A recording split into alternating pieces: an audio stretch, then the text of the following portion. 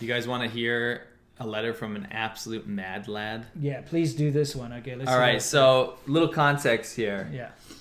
The Czech Republic has this bizarre relationship because the president of the Czech Republic is kind of pro-China, or pro-CCP. He also kind of wants Chinese investment. He's on the fence, but maybe a little bit supportive of Huawei's 5G network. He wants potentially to be at least a passive member in the Belt and Road Initiative. But the mayor of Prague, the capital of the Czech Republic, is the polar opposite. He is super pro-democracy, super pro-Taiwan. He doesn't give a shit about what the president thinks. They don't obviously like each other very much. Sure. But he's allowed to operate with his own morals, moral backgrounds, and his convictions within his city of Prague. Right. He did a diplomatic mission to go to Taiwan, which is a pretty dicey thing to do. Oh yeah, if you want to piss China off, all you need to do is mention Taiwan. Shit. Never mind go there. That's like nail in the coffin. Yeah, so he goes there. He's like got a face paint of the Taiwanese flag. yeah, his face marks. So, oh man, it was. He said, "I want to be Taiwan." He said, "I'm Taiwanese now." Yeah. So China goes ape. They're like, "F you." You just destroyed our relationship. You know, you're gonna suffer consequences, things like this. And the typical backlash. Just like what we were seeing earlier, where they throw these blustering, wolf warrior, turd things out there saying like, you will suffer severe consequences. And that's what they said in their official statements. Right. Right.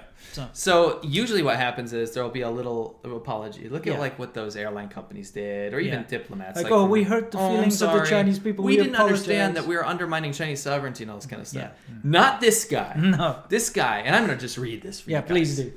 Because we got listeners out there. Yeah. It says, "Dear sir, that was the last time you opened your trap about the Czech Republic. Your statement is far beyond the boundaries of what is diplomatically acceptable. How dare you threaten to force Mr. Chairman of the Senate of the Czech Republic to pay a high price? You impudent, thoughtless, uncouth clowns.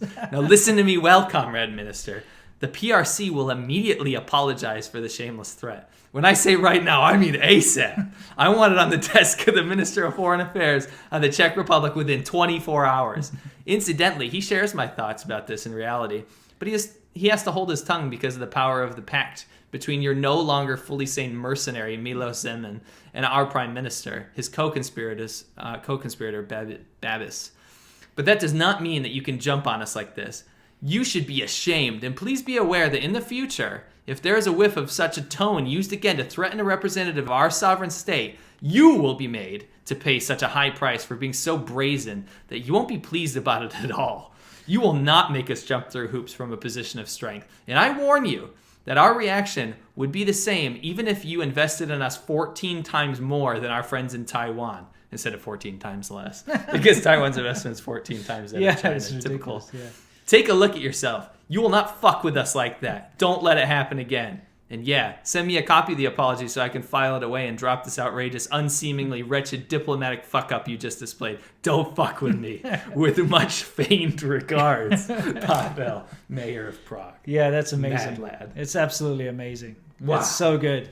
Absolutely love it. Because, this is the first time you've seen a similar response to the blustering that you get out of China. Because they very often have these strong-worded wolf warrior. It's called wolf warrior diplomacy. Strong-worded threats against anyone who does anything that they don't like. And everyone always capitulates or they let it slide. But we have to understand that if you're going to be part of the international stage, like China wants to be or claims to be, they're the next big superpower and all that nonsense, you need to be able to have some tact. And this is something, unfortunately, that Chinese politicians do not have. Maybe it's because they've been blocked off from the rest of the world for so long, before recently opening, or maybe it's all that communist rhetoric that's shoved into their heads day in and day out by the CCP. But they do not know how to treat people with proper bedside manner.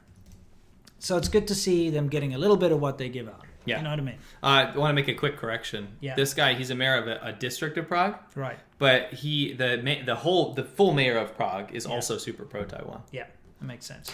I just think it's hilarious. It's amazing. And I can't wait to see more of this kind of you saw response. what Germany said. It's not in the same vein, but they basically were like, stop. Just stop. Yeah. And it's good to see the EU, well, at least, save for places like Italy and stuff. Yeah. It's good to see the EU standing up. Yeah. Because we got Canada doing something. Australia's really going at it. US is definitely doing something right now. Sure. And now the EU, I mean, like, what's next? Japan's kind of made their peace. Yeah. They're like, I'm out, bro. Yeah. Taiwan's made their peace. I'm out, bro. Well, China's not winning any friends. And, the problem is that the rest of the world has had this olive branch held out for so long, and in fact been helping China for so long, giving them, so much. And yet they bite the hand that feeds them constantly. I mean, opening the economy up in China is what saved China. That's what people don't seem to understand. All the help through the joining the World Trade Organization, the way that people have been sending charities and aid and, everything that's been going into China for so long, they've forgotten all of that. They don't care anymore. They just think that, hey, we're king of the hill, and we're just going to say what we want and everyone else has to bow down to us. And unfortunately, that doesn't work very well. You kind of wear out your good... I don't know what the word is that I'm looking for, but good graces. Yeah, your good graces. You wear them out, and eventually people get tired of your nonsense. You know what I mean? Sure.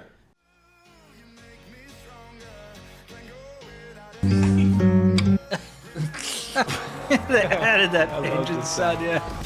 Bam. Check this out. He has like a full one, and then when you need to get in tight places, you got a little one. It looks pretty rubbish, though. I'm gonna be honest. It looks.